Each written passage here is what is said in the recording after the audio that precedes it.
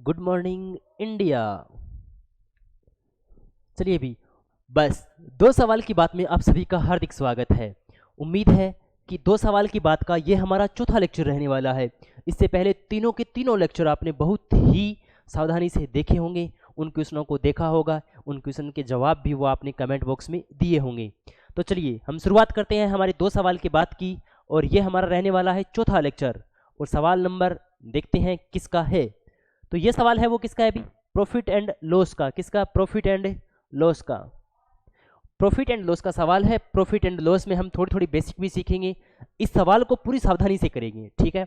आगे वाले सवाल हैं वो इससे भी आसान है, इसके जैसे ही है, इसके जैसे ही है, सेम टू सेम। देखो प्रश्न में लिखा हुआ है कि एक स्टोर एक वस्तु को 500 रुपये में बेचता है और 25% का लाभ अर्जित करता है।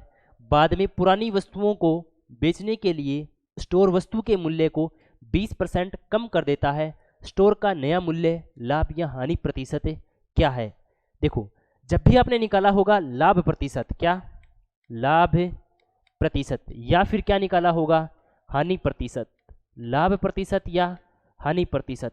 जब भी आपने लाभ प्रतिशत या हानि प्रतिशत निकाला होगा तो ये जो लाभ और हानि होता है वो किस पर होता है? हमेशा ही क्रय मूल्य पर होता है। किस पर होता है? क्रय मूल्य पर। किस पर होता है? क्रय मूल्य पर।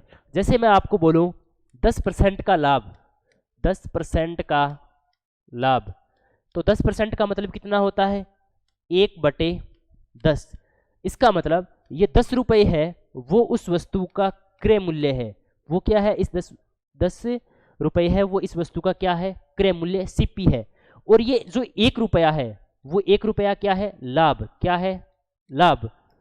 अब बताओ 10 रुपए की वस्तु पर 1 रुपये का लाभ कमाया तो बेचेगा कितने रुपए में? 11 रुपये में। और ये 11 रुपये क्या है? हमारा एसपी हो जाएगा, विक्रय मूल्य हो जाएगा। यानी इस वस्तु का हमारे पास यदि एक परसेंटेज है तो हम लाभ भी निकाल सकते हैं या हानि, क्रय मूल्य और विक्रय मूल्य दोनों तीनों निकाल सकते हैं, ठीक है। तो इस प्रश्न में क्या लिखा है भाई, वो देखो। इस प्रश्न में लिखा है 25% का लाभ, 25% का लाभ। इसका मतलब क्या हो गया अभी देखो यहाँ पर इसने लिखा है 25% का लाभ। 25% का मतलब 25/100, 25/100 यानी 1/4। इसका मतलब यहाँ पर इस वस्तु का जो सीपी है वो कितना आ गया? 4 यूनिट। और जो एसपी है, एसपी मतलब बेचेगा कितने रुपए में? अब बताओ अभी 4 रुपए की वस्तु है, 1 रुपये का लाभ हो गया, कितने में बेचेगा? 5 रुपये में। कितने में बेचेगा? 5 रुपये में। लेकिन प्रश्न के अकॉर्डिंग कितने में बेच पा रहा है अभी? 500 रुपये में। कितने में बेचता है? 500 रुपये में।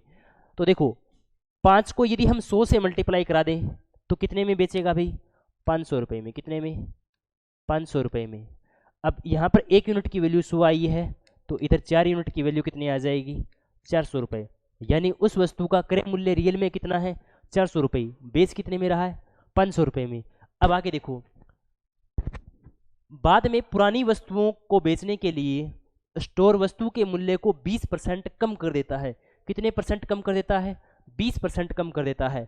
अब 20% का मतलब कितना होगा भाई? 20% का मतलब कितना होता है? 1/4। कितना होता है? 1/5 होता है। कितना होता है? 1/5। इसका मतलब यदि उस वस्तु का सीपी कितना रुपया है? 5 रुपये है, तो बेचेगा कितने रुपए में? 20% कम कर देता है। कम करने का मतलब 5 रुपये यदि उस वस्तु का सीपी है तो कितने रुपए में बेचेगा भाई? 1 रुपया कम करेगा तो कितने में बेचेगा? 4 रुपये में। कितने में बेचेगा? 4 रुपये में।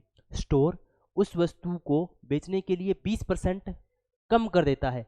तो कम किसका करता है भी? कम करता है विक्रय मूल्य का।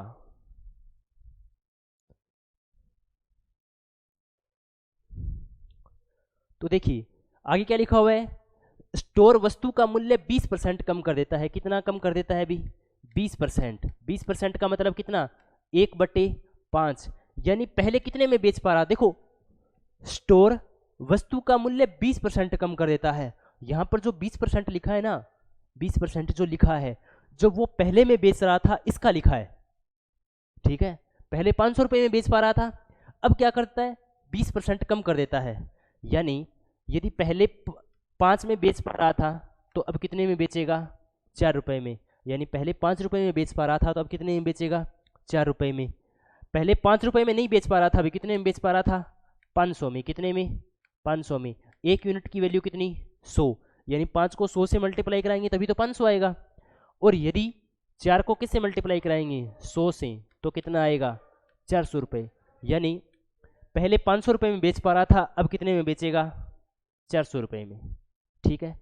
अब ये पूछ रहा है स्टोर का नया लाभ या हानि कितना होगा। तो बताओ भाई, स्टोर वाले ने पहले कितने रुपए में खरीदा था? 400 रुपये में। और बेच कितने में रहा है? 400 रुपये में। कितने रुपए में? 400 रुपये में। तो बताओ कोई लाभ या हानि होगा? नहीं होगी। नो लॉस नो प्रॉफिट, बिल्कुल क्लियर गेम। ठीक है। तो पहले भी 400 रुपये में खरीदा था, अब भी 400 रुपये में बेच पा रहा है, तो नो लॉस। ठीक है। तो बताओ सवाल समझ में आया? एक बार इसी सवाल को दोबारा देखो। क्या लिखा हुआ है कि स्टोर एक वस्तु को 500 रुपये में बेचता है और 25% का लाभ अर्जित करता है। तो भाई मैंने लिख दिया 25%। 25% की वैल्यू कितनी रख दी? 1/4। यानी अब देखो इसने लिखा है लाभ, तो लाभ के लिए जो नीचे वाला होता है हमेशा ही क्या होता है? सीपी। और ये क्या होता है? एसपी। हमने एसपी और सीपी की तुलना करवा ली। सीपी कितना आ गया? 400 रुपये। कितना आ गया? 400 रुपये। और एसपी कितना आ गया? 500 रुपये। कितना आ गया? 500 रुपये। अब बोल रहा है कि वस्तु का मूल्य 20% कम कर दिया जाता है। कितना? 20% कम। अब ये क्या कर रहा है? देखो मूल्य क्या कर रहा है? मूल्य कम कर रहा है। यहां पर ध्यान से देखो क्या कम कर रहा है? मूल्य। अब मूल्य पहले कितना था? 500 रुपये। यानी ये जो रियल वैल्यू आती है, पहले मूल्य कितना था? 500 रुपये था। हमारे अकॉर्डिंग 5 यूनिट है, 5 यूनिट की वैल्यू 500 है, तो 1 यूनिट की वैल्यू कितनी आ गई? 100। अब 1 यूनिट की वैल्यू 100 है, तो 4 यूनिट की वैल्यू कितनी आ जाएगी? 400। कितनी आ जाएगी? 400। अब बोल रहा है कि नया लाभ या हानि। लाभ या हानि किस पर निकलता है? अभी क्रय मूल्य पर। मैंने पहले भी बताया था लाभ और हानि हमेशा किस पर निकलते हैं? क्रय मूल्य पर। तो पहले क्रय मूल्य कितना था? 400 रुपये। और अब विक्रय मूल्य कितना है? 400 रुपये।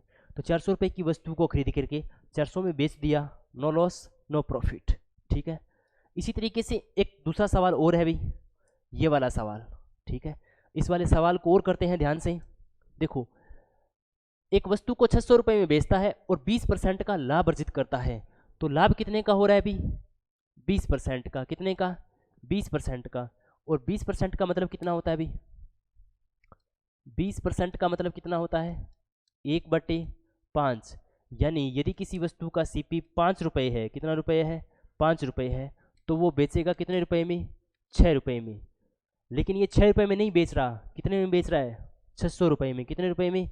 600 रुपये में। मतलब ये इसका कितना गुना है? 100 गुना है। ठीक है। ये इसका 100 गुना है, तो ये भी इसका कितना गुना हो जाएगा? 100 गुना। यानी कितने में खरीदा होगा उसने? 500 रुपये में खरीदा होगा। यानी उसने उस वस्तु को 500 रुपये में खरीदा होगा और 600 रुपये में बेच दिया। अब हमें क्या पूछा है? स्टोर वस्तु के मूल्य का। किसका? मूल्य का। अब की बार मूल्य कितना है? 600। मूल्य का 15% कम कर देता है। 15% क्या कर देता है? कम। तो बताओ भाई 15% किसके बराबर होता है? 15/100। 5 से काटेंगे, 5 दिया 15, 5 20। यानी पहले उस वस्तु का मूल्य कितना था? 20 रुपये। ये मेन वैल्यू होती है। ठीक है। यदि पहले वस्तु का मूल्य कितना था? 20 रुपये, तो अब कितना कम हो गया? 3 कम हो गया। पहले 20 था, अब 3 कम हो गया, तो बेचेगा कितने रुपए में? 17 रुपये में। कितने रुपए में? 17 रुपये में। लेकिन पहले 20 रुपये में नहीं बेच रहा था, कितने में बेच रहा था? 600 में। तो यहाँ पर लिखेंगे 600। अब बताओ भी 20 को किससे गुणा कराएं ताकि 600 आ जाए? तो 600 में किसका भाग देंगे? 20 का। तो 20 दिया 60, यानी कितना गुना? 30 गुना। कितना गुना? 30 गुना। तो ये भी क्या हो जाएगा इसका? 30 गुना हो जाएगा। 17 दिया 51, यानी 510 रुपये। यानी अब यदि उस वस्तु का मूल्य 15% कम कर दिया तो कितने में बेचेगा? 510 रुपये में। हमें क्या पूछा है? स्टोर का नया लाभ या हानि। लाभ या हानि किस पर निकलती है? क्रय मूल्य पर। किस पर निकलती है? क्रय मूल्य पर। पहले क्रय मूल्य कितना था? 500 रुपये। पहले जो सीपी था वो कितना था? 500 रुपये। अब बेच कितने में रहा है भाई? बेच रहा है कितने रुपए में? 510 रुपये में। बताओ भाई 500 रुपये की वस्तु को 510 में बेचेगा तो कितने रुपए का प्रॉफिट होगा? 10 रुपये का प्रॉफिट होगा। और 10 रुपये का प्रॉफिट किस पर होगा? 500 पर। किस पर होगा? 500 पर, और परसेंटेज निकालने के लिए गुणा में कितना 100। देखो 2 जीरो से 2 जीरो, 5 से 5 से कम 5, 5 दूनी 10, यानी कितना आ गया 2%। क्या आ गया 2%। और 2% का क्या होगा भाई लाभ। Option number D, option number D.